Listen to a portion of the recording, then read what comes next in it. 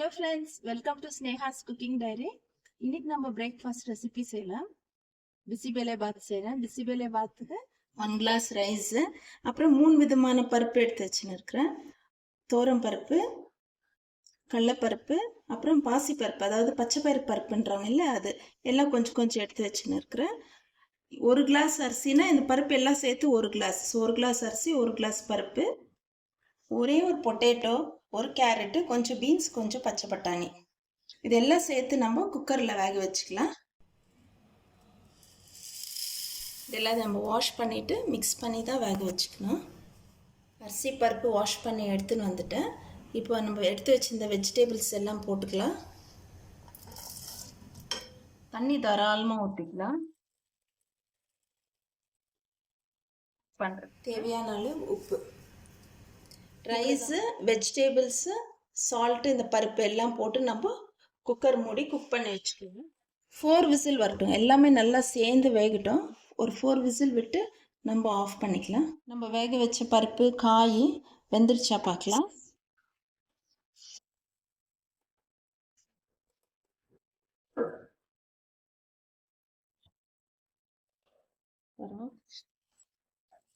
நம்ம வேக வச்ச அரிசி பருப்பு காய் எல்லாம் நல்லா ஸ்மாஷ் ஆகி வெந்துடுச்சு. இப்போ நம்ம இது தாளிச்சுக்கலாம். பிசிபெலே பாத் மசாலா பவுடர் போட்டு நம்ம இதை தாளிச்சுக்கலாம். ஒரு பெரிய ஸ்பூன் ஆயில் ஊற்றுறேன், ஒரு ஸ்பூன் கீ ஊற்றுறேன். நம்ம அதில் சீரகம் ஒரு ஸ்பூன் போட்டுக்கலாம். பூண்டு ஒரு 4 பல் எடுத்து வச்சிருக்கேன், அதை குட்டி குட்டியாக கட் பண்ணி போட்டுக்கலாம். 2 ஆனியன் போட்டுக்கலாம்.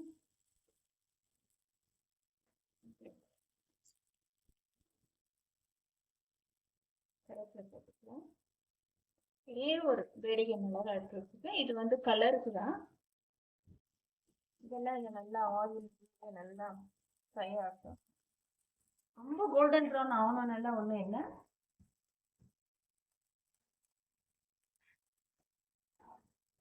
நம்ம 1 கிளாஸ் அரிசி 1 கிளாஸ் பருப்பு இந்த வெஜிடபிளுக்கு எல்லாம் சேர்க்குற மாதிரி தண்ணி ஊற்றி நல்லா ஸ்மாஷ் ஆகி வந்துடுச்சு. அதுக்கு தான் பெரிய கண்டெய்னரில் வச்சு நம்ம குக் பண்ணோம். தாராளமாக அப்போ குக் ஆகும். இந்த அளவுக்கு நம்மளுக்கு வதங்கினா போதும். ஒரே ஒரு தக்காளி பழம் எடுத்து கட் பண்ணி வச்சுருக்கேன், அதை அதில் போட்டுக்கலாம். இது குழந்தைங்களுக்கு கொடுக்கலாம், வயசானவங்களுக்கு கொடுக்கலாம். நல்லா ஸ்நாக் நல்ல டேஸ்டியாக இருக்கும். நம்ம எல்லாருமே சாப்பிட்றதுக்கு பிரேக்ஃபாஸ்ட்டுக்கு நல்லா ரெசிபி, ஹெல்த்தியான ரெசிபி. வெஜிடேபிள்ஸ் இருக்கு, எல்லா விதமான தாலும் இருக்கு, ரைஸு. இந்த ஸ்டேஜில் நான் ஈஸ்டர்ன் பிசிபெலே பாத் மசாலா எடுத்து வச்சிருக்கேன். இது 1 ஸ்பூன் போட்டுக்கலாம். ஆல்மோஸ்ட் 50 கிராம்ஸ் போடுறேன்.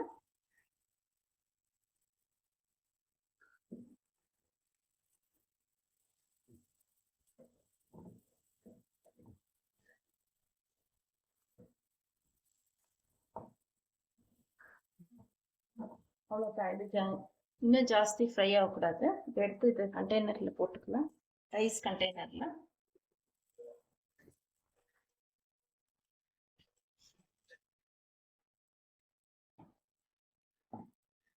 போட்டு நான் நல்லா மிக்ஸ் பண்ணிக்கலாம்.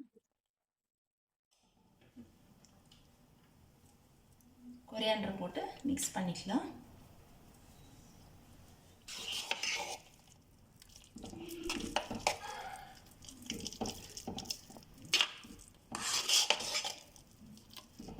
நம்ம அந்த பவுடர் போட்டு மிக்ஸ் பண்ணதும் இந்த கலர் வந்துடுச்சு பாருங்க.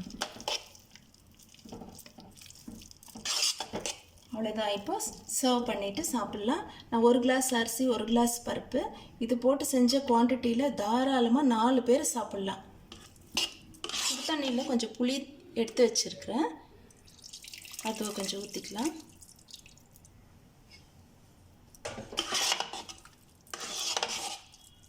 புளி தண்ணி கம்பல்சரி ஊற்றணும், அப்போ தான் நல்லா டேஸ்ட் வரும். சர்வ் பண்ணிக்கலாம்.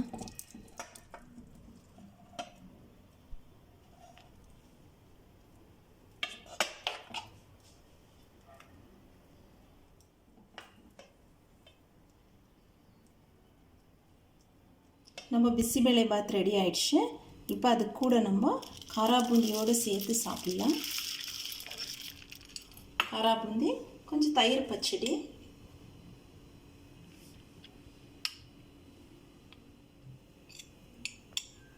ஓகே ஃப்ரெண்ட்ஸ், நம்ம பிசிபெலை பாத் ரெடி ஆயிடுச்சு. பிரேக்ஃபாஸ்ட் நீங்களும் செய்து சாப்பிட்டு உங்கள் ஃப்ரெண்ட்ஸ் ரிலேட்டிவ்ஸ் ஷேர் பண்ணுங்கள். எப்படி இருந்துச்சுன்னு கமெண்ட்ஸ் பண்ணுங்கள். தேங்க்ஸ் ஃபார் வாட்சிங். பாய்.